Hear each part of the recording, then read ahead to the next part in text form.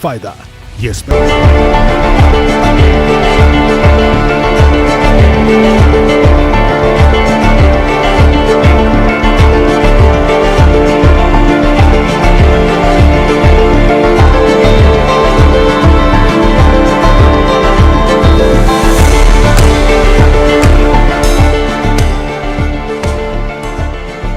नमस्कार, मैं भंवर पुष्पेंद्र चौहान एक बार फिर से हाजिर हूँ लेकर आपका पसंदीदा प्रोग्राम ऑटो में रिपोर्टर। आज से स्कूलें खुल गई हैं। 9th 10th और 12th के बच्चे जो हैं वो अब स्कूलों में पहुँच रहे हैं। ऐसे में अब ये देखना होगा कि जो बच्चे पिछले 8-9 महीनों से लगातार ऑनलाइन क्लासेस कर रहे थे वो क्या सहज हो पाएंगे स्कूल की क्लासेस में। स्कूल में क्या व्यवस्थाएँ हैं, अभिभावक क्या सोच रहे हैं, टीचर्स क्या सोच रहे हैं, इन तमाम चीज़ों को जानने के लिए आइए बढ़ते हैं स्कूल के बच्चों की तरफ।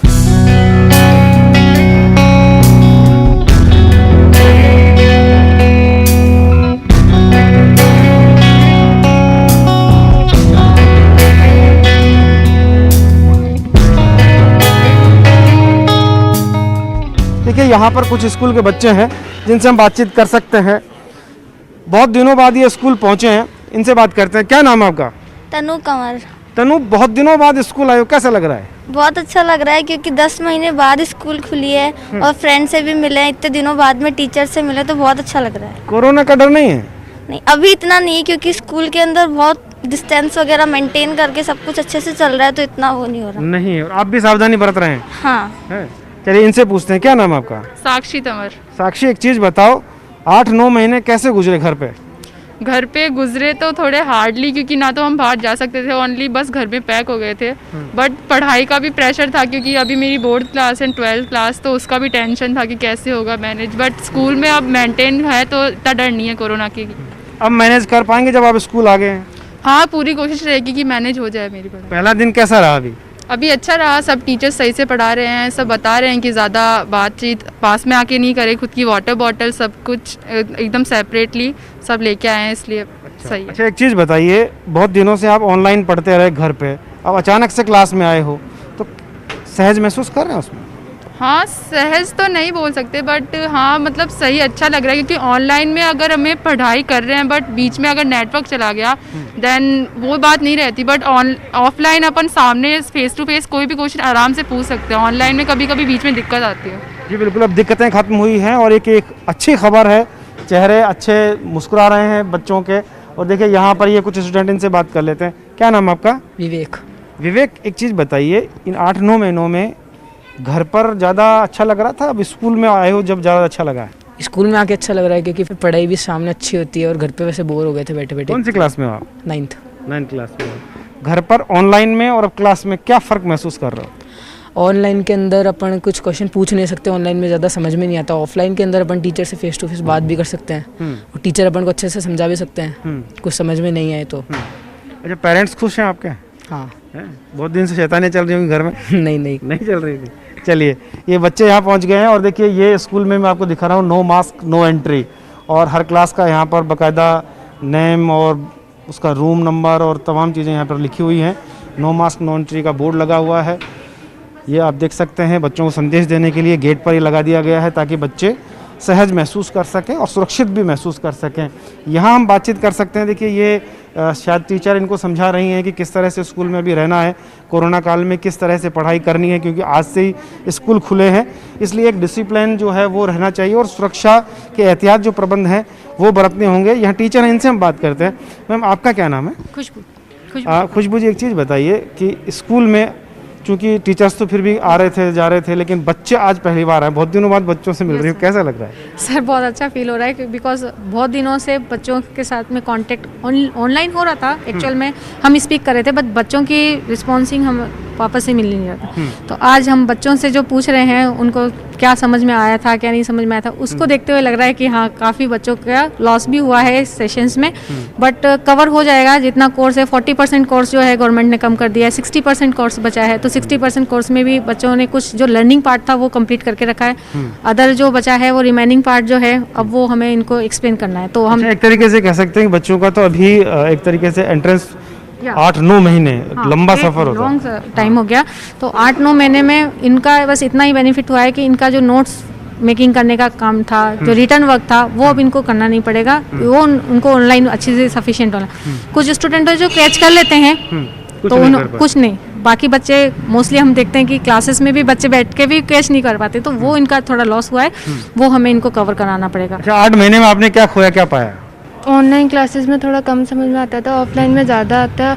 अभी 8-9 महीने बाद यहाँ पर पहुँचे हो, आए हो, आपको ऐसा नहीं लगता कि जब हम यहाँ से छोड़कर गए थे स्कूल, जब कोरोना शुरू हुआ था, तब एकदम से हमें ऑनलाइन पे जाना पड़ा, अब ऑनलाइन से हमको एकदम स्कूल में आना पड़ा, इस बीच में क्या आपको दिक्कतें हुई, क्या लगता है?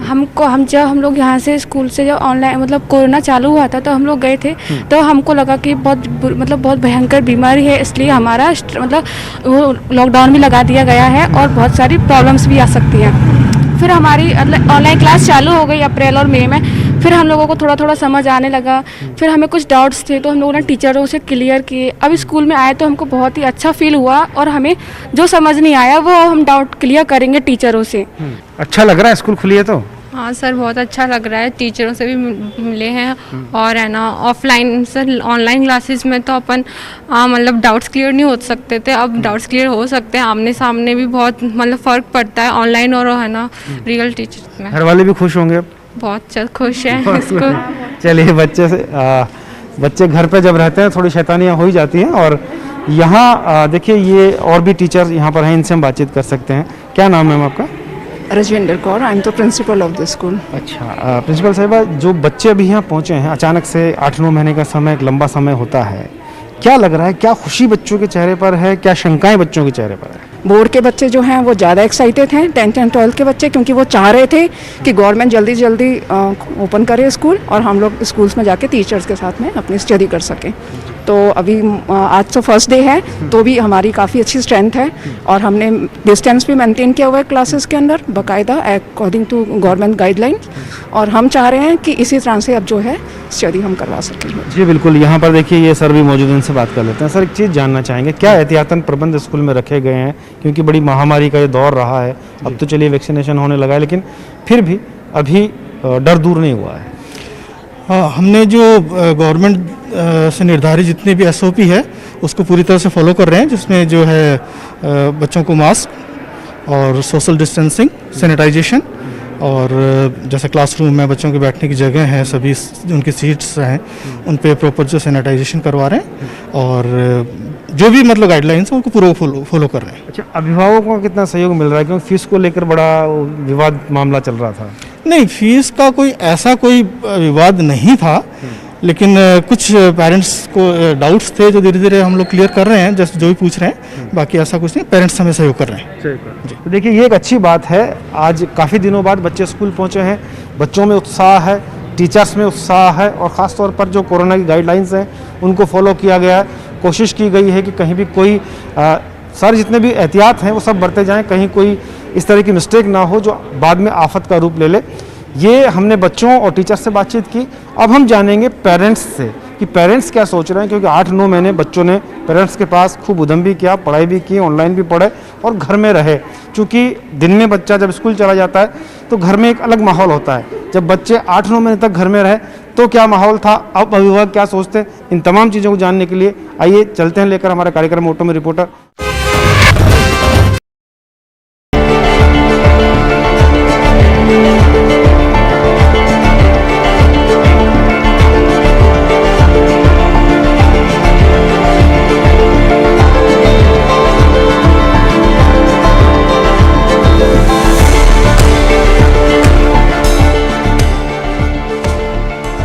और ऑटो में रिपोर्टर का सफर जारी है। सफर करते हुए हम लोग आगे के क्षेत्र में पहुंच गए हैं। ये खिरनी फाटक के आसपास का क्षेत्र है।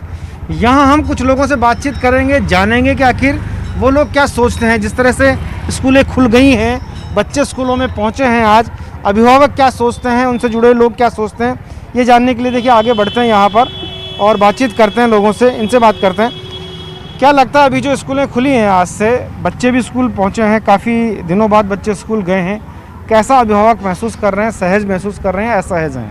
बच्चों भी जो ट्रायल करा रहे हैं आप, वो सही नहीं है। अगर कोविड-19 का वैक्सीन आ गया है तो पहले आप सब भी बच्चों के वैक्सीन लगवाइए। अगर वैक्सीन का काम पूरा हो जाए, उसके बाद में अगर अभिभावक चाहते हैं तो स्कूल खोला जाए, और मेरे ख्याल से तो स्कूल खोलना बिल्कुल ही मैं असमर्थ हूँ इसके लिए। जी बिल्कुल, देखिए यहाँ इन्होंने अपनी असमर्थता जताई है, लेकिन कुछ बच्चों से जब हमने बात की थी वो काफ़ी उत्साहित थे, लेकिन बच्चे हैं और भी लोग इनसे बात करते हैं। आप बताइए, मास्क लगाइए पहले, और अब आप बताइए क्या लगता है जो अभिभावक हैं वो क्या सोच रहे हैं बच्चों के स्कूल को लेकर? बच्चों पे ये ट्रायल किया जा रहा है कि स्कूल खोल के देखते हैं 2 घंटे या 3 घंटे, या बड़ी क्लासेज में खोल के देखते हैं एक बार, कहीं रोग फैलेगा या नहीं फैलेगा। ये ट्रायल करने के लिए बच्चे ही थोड़ी मिले, तो मैंने तो इसीलिए मेरे डॉटर को अभी भेजा नहीं स्कूल। हम भी अभी एक बार देख रहे हैं, 5-10-20 दिन तक हम भी चेक करेंगे स्टूडेंट आ रहे हैं नहीं आ रहे। पूरे 11 महीने 10 महीने आपने बंद रखा, तो 2 महीने और बोले थे। पूरा ट्रायल वैक्सीन का हो जाता, वैक्सीन लग जाती है करीब 50%, 60%, 70% लोगों को वैक्सीन। डर है अभी? बिल्कुल डर है। अभी उनके जो टीचर्स वगैरह आ रहे हैं उनकी क्या गारंटी है कि उनको कोविड है कि नहीं है? जो बिल्कुल ये एक डर है, एक अभिभावक का डर है। और भी लोग हैं, इनसे बात करते हैं। आपको क्या लगता है, क्योंकि पढ़ाई प्रभावित हो रही है बच्चों?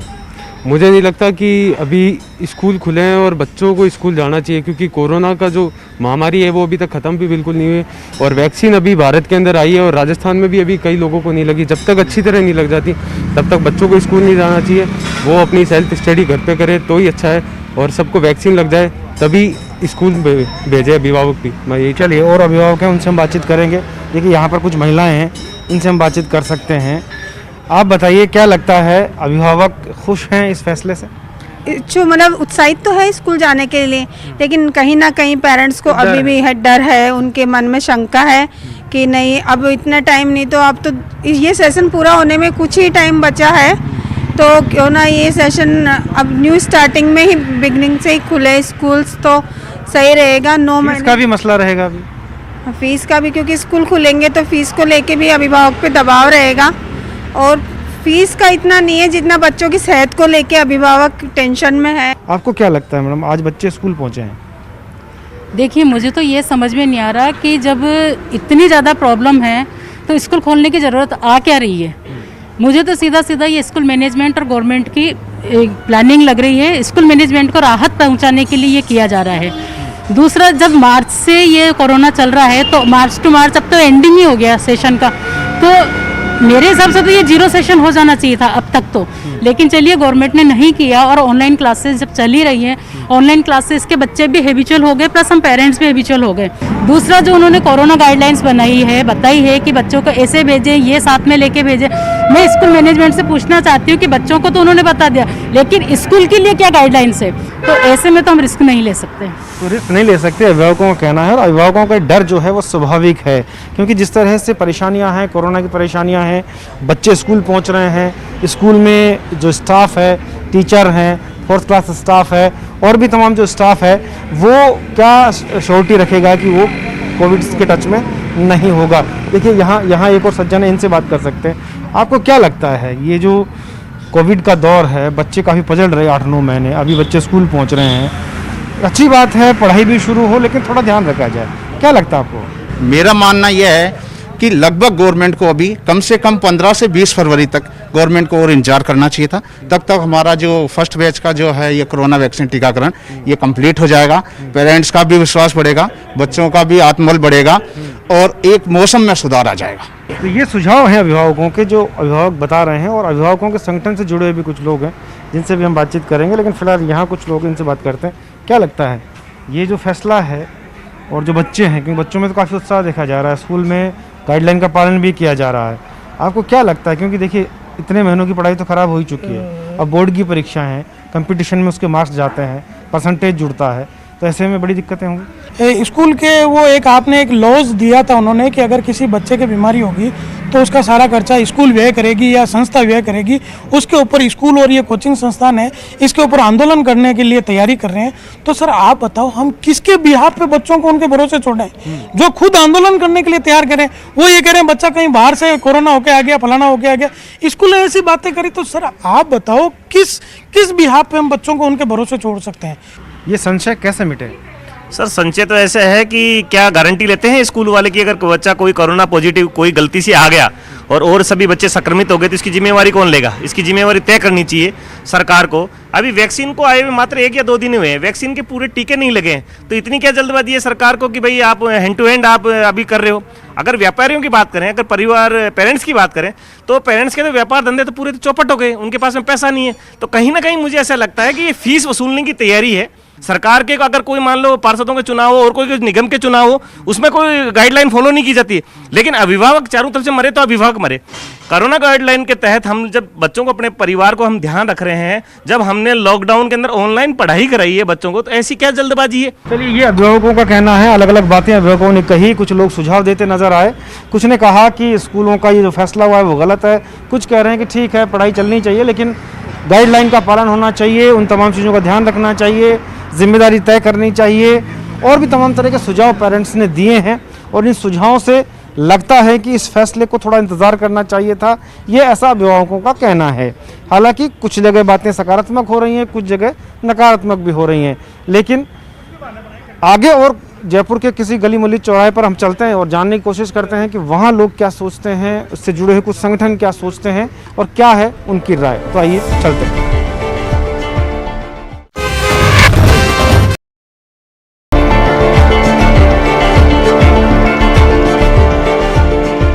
और ऑटो में रिपोर्टर सफ़र आ पहुंचा है यहाँ, जहां पर संयुक्त अभिभावक संघ के कुछ लोग हैं जिनसे हम बातचीत करने की कोशिश करेंगे, क्योंकि सुबह से ये लोग भी तमाम स्कूलों का जायजा लेकर आए हैं, जानकर आए हैं कि आखिर क्या कुछ है वहाँ पर, बच्चे कितने पहुँच रहे हैं, नहीं पहुँच रहे हैं, टीचर्स का क्या कहना है।